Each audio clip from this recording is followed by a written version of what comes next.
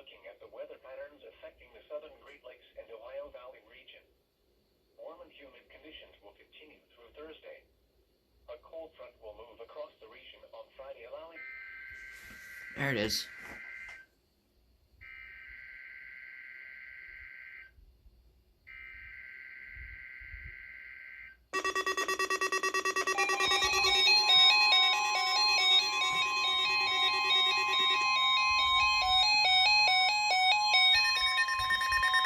This is the National Weather Service Office in Wilmington, Ohio. The preceding signal was a test of the weather radio station KIG, 86 Columbus, Ohio, public warning system. During potentially dangerous weather situations, specially built receivers can be automatically activated by the signal to warn of the impending hazard. Tests of the signal and receiver's performance are normally conducted by the National Weather Service between 11 a.m. and noon each Wednesday. If there is a threat of severe weather, the test will be postponed to the next available good weather day.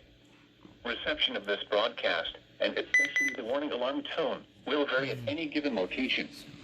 This variability, normally more noticeable at greater distances from the transmitter, can occur even though you are using a good quality receiver in good working order. The warning alarm tone will be activated for hazardous watches and warnings for the following counties: Champaign, Clark, Delaware, Fairfield, Fayette, Franklin, Greene, Hocking, Knox, Licking, Madison, Marion, Marl, Muskingum, Perry, Pickaway, and Union. This concludes the weekly test of weather radio station KIG, 86 Columbus, Ohio.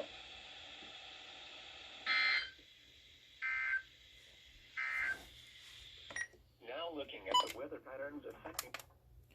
Well, here's a quick synopsis.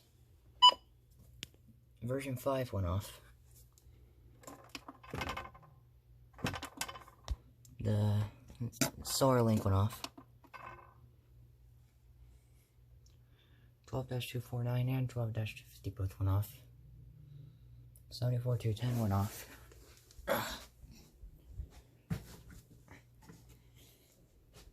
12-259 went off.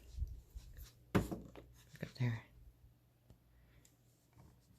Sorry for the crappy light level, but Accurate also went off. I don't know about the WR120 because I'm not over there right now, but this was the first toned alert on the Solarlink.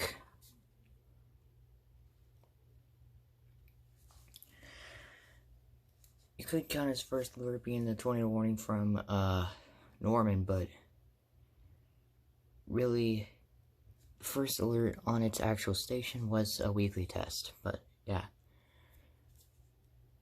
So, that's all. See you guys later.